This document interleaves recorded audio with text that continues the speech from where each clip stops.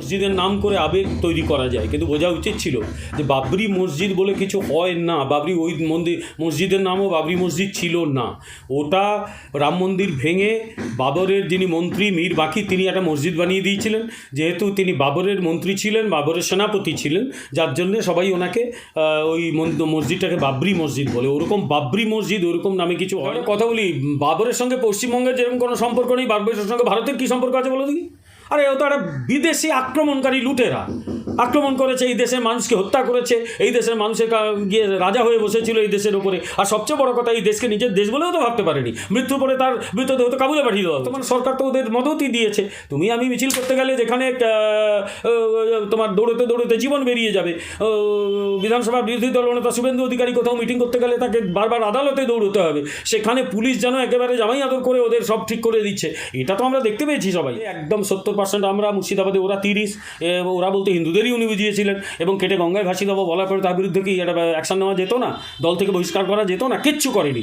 আসলে পশ্চিমবঙ্গের শাসক দল তৃণমূল কংগ্রেস, আমি মনে করি বেসিক্যালি এটা হিন্দু বিরোধী দল। তৃণমূল কংগ্রেস বা মানে হিন্দুদের বিরোধিতা বা খালি খারাপ কথা বলার জন্য হুমায়ুন কবিরকে মানে কোনো ব্যবস্থা নিয়েছিল আমরা দেখিনি, নেয়নি। বরং আমার ধারণা ওদের এই যে মৌন সম্মতি লক্ষ্মণম, তারা কিন্তু তাকে মানে উস্কানি দিয়েছে, ঘুরিয়ে উস্কানি দেওয়া হয়েছে, ওকে সহ্য করা হয়েছে। ইন্টেলিজেন্স দেওয়াটাও কিন্তু এক ধরনের উস্কানি দেওয়া। 70-এর দশকের শেষে যখন সিপিএম গোটা মেদিনীপুরকে গ্রাস করছে, একেবারে জ্বালিয়ে পুড়িয়ে ছাড়খাড় করে দিচ্ছে, সেই সময় কংগ্রেস কর্মীরা একজনের কাছ থেকে অনুপ্রেরণা পেত। তার নাম কি জানো? তার নাম শিশির অধিকারী।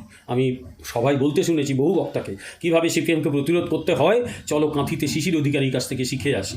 মানে এইরকম রেঞ্জের উনি একজন নেতা। আচ্ছা, শিশির অধিকারী, শুভেন্দু অধিকারী না থাকলে নন্দীগ্রামে এই সিপিএমকে আটকানো যেত? করে বোঝো, পড়াশুনো করো, ওনার পরিবারের স্বাধীনতা সংগ্রামী আছে, তুমি চেষ্টা করেও তোমার পরিবারের স্বাধীনতা সংগ্রামী বার করতে পারবে। শিশির অধিকারীর বাবা কেনারাম অধিকারী, তিনি কিন্তু মেদিনীপুরের একজন প্রসিদ্ধ স্বাধীনতা সংগ্রামী ছিলেন। আরে কার সম্পর্কে কী বলছো একটু বুঝে কথা বলো, তা নইলে তোমাকে কেউ সিরিয়াসলি নেবে না, তোমাকে নিয়ে ঠাট্টাই আর কী করবে, এগুলো একটু বুঝতে হবে তো। মাননীয় রাজ্য সভাপতি শ্রমিক ভট্টাচার্য বলেই দিয়েছেন যে আমরা মুসলিম যুবকের হাতে, মুসলিম কিশোরের হাতে বোমা ছুরি দেখতে চাই না, আমরা দেখতে চাই কলম, আমরা দেখতে চাই স্টেথোস্কোপ। তারা ডাক্তার হোক, ইঞ্জিনিয়ার হোক, অধ্যাপক হোক, শিক্ষক হোক, লয়ার হোক, আমরা সেটা চাই। বিশেষ কিছু লোককে বার্তা দেওয়া, দেখো আমি হিন্দুদের কীভাবে পিটিয়ে সিধা করে দিলাম, বার্তাটা পরিষ্কার। হিন্দু বিরোধী সরকার এরা ক্ষমতায় এলে একদম এই রাজ্যটাকে বাংলাদেশ বানিয়ে দেবে, আমরা এটা হতে দিতে পারি না। সাধু সন্ন্যাসীরা পথে নেমেছেন, আর যেখানে সাধু সন্ন্যাসীরা, সর্বত্যাগী মানুষরা পথে নামেন, সেখানে সরকারের অস্তিত্ব খারাপ হবেই, কিচ্ছু করার নেই, এরা যাবে। একদম লালুর জমানা পরিষ্কার। 1990 থেকে 2005 পর্যন্ত যা চলেছিল লালু রাবড়ি রেজিম, এখানে ঠিক তাই হচ্ছে। কোনো উন্নয়ন নেই, কিচ্ছু নেই, উন্নয়ন সম্পর্কে কিচ্ছু জানে না এরা। এদের কাজ একটাই, যেভাবেই হোক এরা চায় ক্ষমতায় ধরে। সামান্য একটু পায়ে চোট পেলেন কি পেলেন না, প্লাস্টার করে ঘুরে বেড়ালেন, তারপর যে নির্বাচন শেষ, প্লাস্টারও শেষ, খুলে ফেলা হলো। ফলে এগুলো অনেক দিন চলেছে, মানুষ তো ধরে ফেলেছে এবারে। তাও যারা এসব করে তারা এগুলো করেই যাবে, তাতে লাভ কিছু হবে। স্যার বলছি, বাবরি মসজিদ উদ্বোধনে যত লোক আমরা দেখেছি, কিন্তু হুমায়ুন কবির যখন নতুন দল গঠন করলেন, তার নতুন দলের নাম জনতা উন্নয়ন পার্টি, সেই দল গঠনে কিন্তু আমরা অত সংখ্যক লোক দেখিনি, কি বলবেন?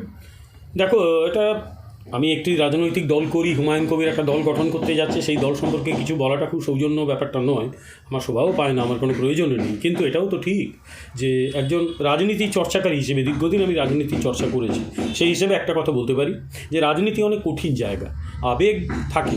একটা মসজিদের নাম করে আবেগ তৈরি করা যায়, কিন্তু বোঝা উচিত ছিল যে বাবরি মসজিদ বলে কিছু হয় না। বাবরি ওই মসজিদের নামও বাবরি মসজিদ ছিল না।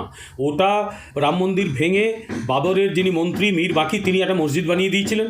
যেহেতু তিনি বাবরের মন্ত্রী ছিলেন, বাবরের সেনাপতি ছিলেন, যার জন্যে সবাই ওনাকে ওই মসজিদটাকে বাবরি মসজিদ বলে। ওরকম বাবরি মসজিদ ওরকম নামে কিছু হয় না।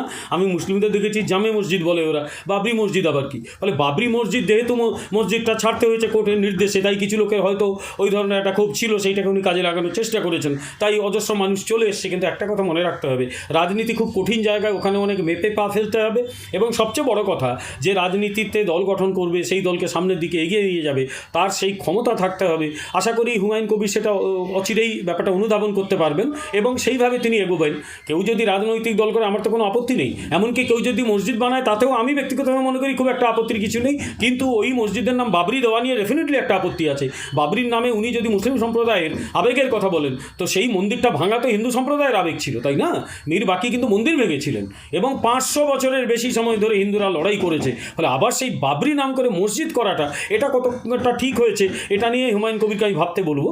আর দল গঠন করা একটা কঠিন ব্যাপার, আরও অনেক কঠিন পরিস্থিতির ওপর দিয়ে যেতে বা মধ্য দিয়ে যেতে হবে, এত সহজে পাওয়া যাবে না। তবে হ্যাঁ, হুমায়ুন কবির যতটা আমি ভেবেছিলাম মসজিদ উদ্বোধন, তথাকথিত মসজিদ উদ্বোধনের দিন কিন্তু তার চেয়ে রেসপন্সটা বেশিই পেয়েছিলেন, কিন্তু আবার রাজনৈতিক দল গঠনের দিন কিন্তু সেইভাবে, মানে খারাপ যে হয়েছে আমি বলবো না, কিন্তু ওই রকম হয়নি। দুটো একরকম হয় বলে আমার তো মনে হয় না। এটা আমার বিশ্লেষকের বক্তব্য, দলের ভারতীয় জনতা পার্টির মুখপাত্র হিসেবে এই বক্তব্যটা আমি রাখছি না। স্যার বলছি, মানে বাবরের সঙ্গে দূর দূরান্তভাবে পশ্চিমবঙ্গের কোনো সম্পর্ক নেই, সেক্ষেত্রে কি এই যে শুধুমাত্র মসজিদ তৈরি করাটাই মূল উদ্দেশ্য ছিল, নাকি বাবরি মসজিদ এই তৈরি করাটা এর পেছনে রাজনৈতিক একটা বড় উদ্দেশ্য লুকিয়ে রয়েছে? দেখো, একটা কথা বলি, বাবরের সঙ্গে পশ্চিমবঙ্গের যেরকম কোনো সম্পর্ক নেই, বাবরের সঙ্গে ভারতের কী সম্পর্ক আছে বলো দেখি?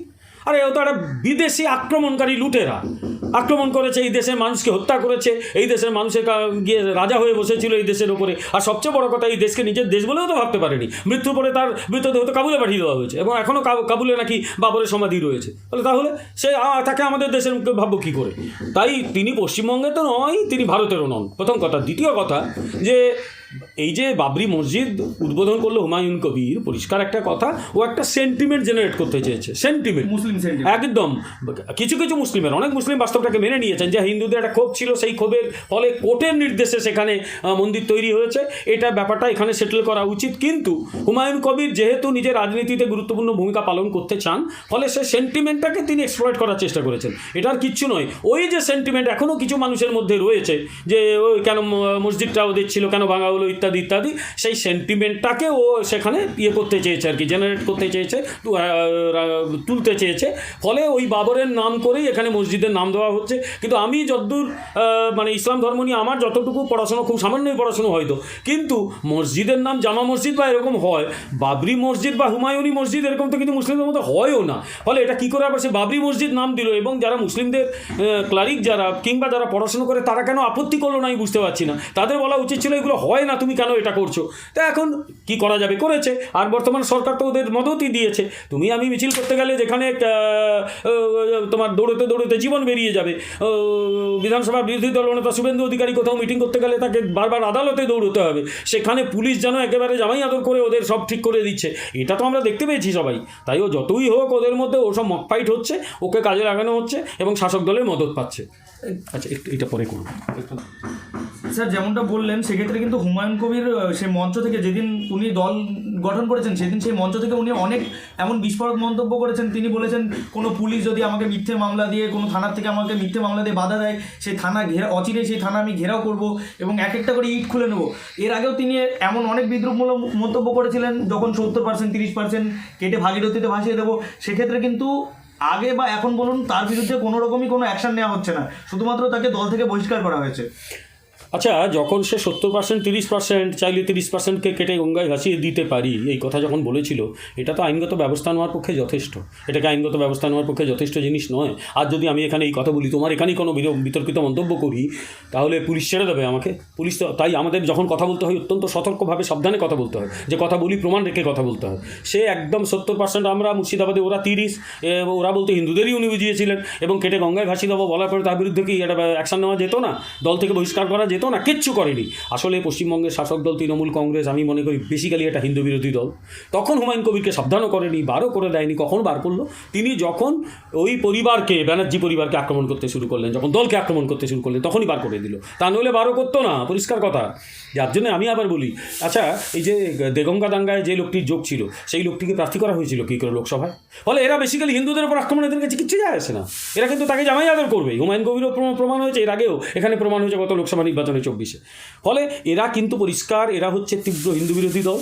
হুমায়ুন কবির উনি সস্তায় জনপ্রিয়তা চেয়েছেন, গরম গরম কথা বললে মিডিয়া খুব বেশি টানাহেঁচড়া করবে, তাকে সামনে রাখবে, তিনি অনেক বেশি পপুলারিটি পাবেন, আর এখন সবাই চায় মিডিয়াকে ব্যবহার করতে। ফলে সেইটা উনি করেছেন। কিন্তু তৃণমূল কংগ্রেস বা মানে হিন্দুদের বিরোধিতা করে বা খারাপ কথা বলার জন্য হুমায়ুন কবিরকে মানে কোনো ব্যবস্থা নিয়েছিল আমরা দেখিনি, নেয়নি। বরং আমার ধারণা ওদের এই যে মৌন সম্মতি লক্ষ্মণম, তারা কিন্তু তাকে মানে উস্কানি দিয়েছে, ঘুরিয়ে উস্কানি দেওয়া হয়েছে, ওকে সহ্য করা হয়েছে। ইন্ডালজেন্স দেওয়াটাও কিন্তু এক ধরনের উস্কানি দেওয়া।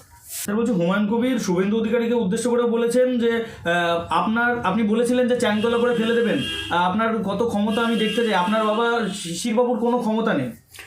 বললাম না, এখনও রাজনৈতিক সংস্কৃতি অর্জন করতে হুমায়ুনকে অনেক দূর হাঁটতে হবে। কাউকে এই ধরনের কথা বাবা তুলে বলা উচিত নয়। এটা যে একটা রাজনৈতিক অসৌজন্য, এটা তো বুঝতে হবে তো হুমায়ুন কবিরকে। সে যদি বড় নেতা হতে চায়, এগুলো বুঝতে হবে। তুমি একজন ব্যক্তির সমালোচনা করো, সমালোচনা যে কেউ করতে পারে, তার উত্তরও দেওয়া হবে যদি ভদ্র সমালোচনা হয়। কিন্তু তার বাপের ক্ষমতা নিয়ে এই ধরনের কথাগুলো কিন্তু অরুচিকর কথাবার্তা, ওকে বুঝতে হবে। যদি কখনো দেখা হয়, আলাপ হয়, আমি রিকোয়েস্ট করবো এই ধরনের কথা তুমি বলবে না। এ ধরনের কথা বললে তার খুব খারাপ বার্তা যায়, তোমার সম্পর্কে খারাপ ধারণা তৈরি হবে বাপু। বা ভালোভাবে কথা বলো। আর সবচেয়ে বড় কথা, শিশির অধিকারী যে ধরনের রাজনৈতিক ব্যক্তিত্ব, দীর্ঘদিন ধরে মেদিনীপুরের রাজনীতিতে তথা পশ্চিমবাংলার রাজনীতিতে তার যা কন্ট্রিবিউশন, তার যা অবদান, সেটা নিয়ে একটু পড়াশুনো করতে হবে তো। আরে যখন আমি তো মনে করি, আমি বলি একটা তথ্য, আমি মেদিনীপুর জেলায় বড় হয়েছি, মানুষ হয়েছি, এখনও মেদিনীপুরের সঙ্গে আমার একেবারে প্রাণের টান আছে। প্রায়ই যাই, বাড়িতে থাকি, কলকাতায় থাকি, ওটা আমার মূল বাড়ি, কারণ ওখানে বাড়ি আছে, এখানে ফ্ল্যাটকে তো আমি বাড়ি ভাবি না কখনো। তো 70-এর দশকের শেষে যখন সিপিএম গোটা মেদিনীপুরকে গ্রাস করছে, একেবারে জ্বালিয়ে পুড়িয়ে ছাড়খাড় করে দিচ্ছে, সেই সময় কংগ্রেস কর্মীরা একজনের কাছ থেকে অনুপ্রেরণা পেত। তার নাম কি জানো? তার নাম শিশির অধিকারী। আমি সবাই বলতে শুনেছি বহু বক্তাকে, কীভাবে সিপিএমকে প্রতিরোধ করতে হয়, চলো কাঁথিতে শিশির অধিকারীর কাছ থেকে শিখে আসি। ফলে এইরকম রেঞ্জের উনি একজন নেতা। আচ্ছা, শিশির অধিকারী, শুভেন্দু অধিকারী না থাকলে নন্দীগ্রামে এই সিপিএমকে আটকানো যেত? তারা আটকাতে পেরেছিলেন। আজকে তৃণমূল ক্ষমতায় এসে ওদের জন্যে এই বিশ্বাসঘাতকের দল সেটা স্বীকার করে না, এই অকৃতজ্ঞ দল তৃণমূল সেটা স্বীকার করে না। নইলে যা আন্দোলন শুভেন্দু অধিকারী করেছিলেন নন্দীগ্রামে, এবং শিশির অধিকারী তখন অনেক বয়স হয়েছে, কিন্তু তিনি যেভাবে সমর্থন করেছিলেন সেই আন্দোলনকে, তৃণমূল কোথায় উড়ে বেরিয়ে যেত সিপিএমের ওই ভয়ঙ্কর শক্তির কাছে। সেইটা করেছিলেন বলে আজকে পরিবর্তন এসেছে। এই অকৃতজ্ঞ ও বিশ্বাসঘাতকের দল কিচ্ছু মনে রাখে না। আমি হুমায়ুন কবিরকে বলবো যে রাজনীতিতে শিশির অধিকারীর কী অবদান, পশ্চিমবঙ্গের রাজনীতিতে, মেদিনীপুরের রাজনীতিতে একটু ভালো করে বোঝো, পড়াশুনো করো। ওনার পরিবারের স্বাধীনতা সংগ্রামী আছে, তুমি চেষ্টা করেও তোমার পরিবারের স্বাধীনতা সংগ্রামী বার করতে পারবে। শিশির অধিকারীর বাবা কেনারাম অধিকারী, তিনি কিন্তু মেদিনীপুরের একজন প্রসিদ্ধ স্বাধীনতা সংগ্রামী ছিলেন। আর কার সম্পর্কে কী বলছো একটু বুঝে কথা বলো, তা নইলে তোমাকে কেউ সিরিয়াসলি নেবে না, তোমাকে নিয়ে ঠাট্টাই আর কী করবে, এগুলো একটু বুঝতে হবে তো। স্যার বলছি, হুমায়ুন কবিরের যে নতুন দল, সেই দলের চিহ্ন হচ্ছে জোড়া গোলা। কোথাও গিয়ে কি জোড়া ফুল ছেড়ে বেরোতে পারছে না হুমায়ুন কবির? আমি জানি না, সেটা ভালোই হলো পশ্চিমবঙ্গে। তাহলে লড়াইটা একদিকে ঘাসফুল ঘেঁষো দল, তার সঙ্গে ভারতের শাশ্বত আত্মার প্রতীক পদ্মফুল লড়াই হবে। তা সেও একটা গোলাপ ঠাউরেছে, গোলাপ নিয়ে লড়বে, ভালো কথা, অসুবিধা কী হয়েছে? ফুল তো ভালোই। আমি এটা একটা নোটে বলছি, একটু লাইটার নোটে, ফুলের লড়াই খারাপ কি? এই লড়াইতে পদ্মই জিতবে, নিশ্চিন্ত, তার কোনো চিন্তা নেই। ও গোলাপ পাপড়ি তাড়াতাড়ি ছিঁড়ে যায়, ও ঘাসফুল তো গরু মারিয়ে দিয়ে চলে যায়, ও কিচ্ছু হবে না, পদ্মই জিতবে। স্যার বলছি, শুভেন্দু অধিকারী সাগরদ্বীপে যে সভা করেছিলেন, ওখান থেকে নতুন একটা রাজনৈতিক অঙ্কের কথা উনি বলেছেন। উনি বলছেন 4 মাস পরে মুখ্যমন্ত্রী মমতা বন্দ্যোপাধ্যায় আর মুখ্যমন্ত্রী থাকবেন না, মুসলিমরা হুমায়ুন আর নৌসাদের দিকে যাবে এবং হিন্দুরা বিজেপির দিকে আসবে। মুর্শিদাবাদ, মালদা এইসব অঞ্চলে মোটামুটি একটা তো মুসলিমদের মধ্যে ঢল দেখা যাচ্ছে হুমায়ুন কবিরের দিকে, অস্বীকার করার উপায় নেই। কারণ তারাও এখন বুঝতে শিখেছে যে তৃণমূল ওদের কাজে লাগিয়েছে, কিচ্ছু করে দেয়নি ওদের। মুসলিম ছেলে মারছে, মুসলিম ছেলে মেয়ে মরছে, মায়ের কোল খালি হচ্ছে, স্বামীকে হারাচ্ছে স্ত্রী, ভাইকে হারাচ্ছে বোন, এগুলো তো মুসলিম সমাজেই ঘটে চলেছে। আমরা তো বলেই দিয়েছি, আমাদের মাননীয় রাজ্য সভাপতি শ্রমিক ভট্টাচার্য বলেই দিয়েছেন যে আমরা মুসলিম যুবকের হাতে, মুসলিম কিশোরের হাতে বোমা ছুরি দেখতে চাই না, আমরা দেখতে চাই কলম, আমরা দেখতে চাই স্টেথোস্কোপ। তারা ডাক্তার হোক, ইঞ্জিনিয়ার হোক, অধ্যাপক হোক, শিক্ষক হোক, লয়ার হোক, আমরা সেটা চাই। ফলে যারা এইটা ভালোবাসে তাদের একটা বড় অংশ বিজেপির দিকে ঝুঁকেছে। আবার কিছু ভাবনা রয়েছে, না আমি বিজেপি করবো না, হ্যাঁ ওই সম্প্রদায়ের অনেকেরই রয়েছে, তারা তো একদিন তৃণমূলকে আঁকড়ে বসেছিল। আমার ধারণা তারাও এখন বদল চাইছে। ফলে তারা যদি হুমায়ুনের দিকে ঝুঁকে পড়ে, আমি তো একেবারে অবাক হব না। ফলে আগামী দিনে এই কমিউনিটি যদি চলে যায়, তাহলে তৃণমূলেরা রইল কি হাতে পেন্সিল? তো কারণ হিন্দুরা বুঝে গেছে একটা তীব্র হিন্দু বিরোধী সরকার, হিন্দুরা শেষ হয়ে যাবে, পশ্চিম বাংলাদেশ বানিয়ে দেবে। তাহলে 4-5 মাস 6 মাস পরে প্রাক্তন হওয়াটা সেফ সময়ের অপেক্ষার। তো কবে? এই জানুয়ারি, ফেব্রুয়ারি, মার্চ, এপ্রিল, মে, 4 মাস 4.5 মাস, তারপর প্রাক্তন হওয়া নিশ্চিন্ত থাকো। স্যার বলছি, যেমনটা আপনি বললেন তেমনটা আমরাও দেখেছি যে বাংলাদেশে দীপুচন্দ্র দাসের যে মৃত্যু হয়েছিল, সেটাকে ঘিরে যখন কলকাতার রাস্তায় হিন্দু সমর্থকরা শান্তিপূর্ণভাবে আন্দোলন চালাচ্ছিলেন, তখন দেখা গেল পুলিশ এসে তাদের উপরে নির্মমভাবে লাঠিচার্জ করে, অনেককে আটকও করা হয়। কিন্তু এমনই ঘটনা আমরা দেখেছি, এখানে কিন্তু শান্তিপূর্ণভাবে আন্দোলন হচ্ছিল, কিন্তু ওয়াকআপের সময় মুর্শিদাবাদে যেমন ঘটনা আমরা দেখেছি সকলের সামনে, সেখানে কিন্তু পুলিশ সামাল দিতে পারেনি, সেটা সামাল দিতে কেন্দ্র বাহিনীকে আসতে হয়। পুলিশের এক্ষেত্রে এত তৎপরতা কেন? সেক্ষেত্রে কেন তৎপরতা দেখা যায়নি? তার কারণ একটা বিশেষ কিছু লোককে বার্তা দেওয়া, দেখো আমি হিন্দুদের কীভাবে পিটিয়ে সিধা করে দিলাম। বার্তাটা পরিষ্কার। তা নইলে সাধু সন্ন্যাসীদের মারে কেউ, সাধু সন্ন্যাসী সাধ্যীর মহিলাদের কেউ ধরে নিয়ে যায়। কয়েকজন গতকাল জামিন পেয়েছেন, এখনও কয়েকজন জেলে রয়েছেন। তারা রাজ্য সরকারের বিরুদ্ধে আন্দোলন করেনি, বাংলাদেশের ডেপুটি হাই কমিশনের বিরুদ্ধে ক্ষোভ দেখাচ্ছিল, তাদের এইভাবে পেটাতে হলো, তাদের এইভাবে জেলে পাঠিয়ে দিতে হলো। দেখা যাচ্ছে পুলিশ রাস্তায় দাঁড়িয়ে আছে, তাকে ধরে ধরে পেটাচ্ছে, কিচ্ছু করেনি, পেটাচ্ছে তাদের। ফলে এই সরকার যাবে, এটা থাকবে না, পতন সময়ের অপেক্ষা। কারণ এই মরার আগে হরির নাম এরা করার চেষ্টা করছে, বা হরি বা অন্য কারোর নাম এটা করার চেষ্টা করছে, কিন্তু সেটা তাদের বাঁচাতে পারবে না। কারণ মানুষের চোখে এরা কিন্তু ধরা পড়ে গেছে, এরা হিন্দু বিরোধী সরকার, এরা ক্ষমতায় এলে একদম এই রাজ্যটাকে বাংলাদেশ বানিয়ে দেবে। আমরা এটা হতে দিতে পারি না। সাধু সন্ন্যাসীরা পথে নেমেছেন, আর যেখানে সাধু সন্ন্যাসীরা সর্বত্যাগী মানুষরা পথে নামেন, সেখানে সরকারের অস্তিত্ব খারাপ হবেই, কিচ্ছু করার নেই, এরা যাবে। এই সরকার আরেকটু করে দেখে আসি। স্যার বলছি, এই সরকার কি শুধুমাত্র এক পক্ষের মুসলিম যারা উগ্র মৌলবাদকে মানে সমর্থন করে তাদেরকে শুধুমাত্র তাদেরকে দেখানোর জন্য কি এরকম পদক্ষেপ নিল পুলিশ দিয়ে এরকম করে? এরা তো বরাবরই তাই করছে। তো দেখো একটা কথা বলি, এরা যদি ঠিকঠাক সরকার চালায় তাহলে তো এদের কোনো প্রয়োজন ছিল না। মৌলবাদের কাছে আত্মসমর্পণের তো কোনো প্রয়োজন ছিল না। বলে না আমরা সব কাজ করে দিচ্ছি, 90% কমপ্লিট, 100% কমপ্লিট। তাহলে এরকম কেন? তাহলে পঞ্চায়েতে মেরে ধরে জিততে হয় কেন? তাহলে বিধানসভায় মারতে হয় কেন? তাহলে লোকসভায় চুরি করে জিততে হয় কেন? তাহলে SIR হলে এরকম পাগল হয় কেন? কারণ একটা, এরা কিচ্ছু করেনি, একদম লালুর জমানা পরিষ্কার।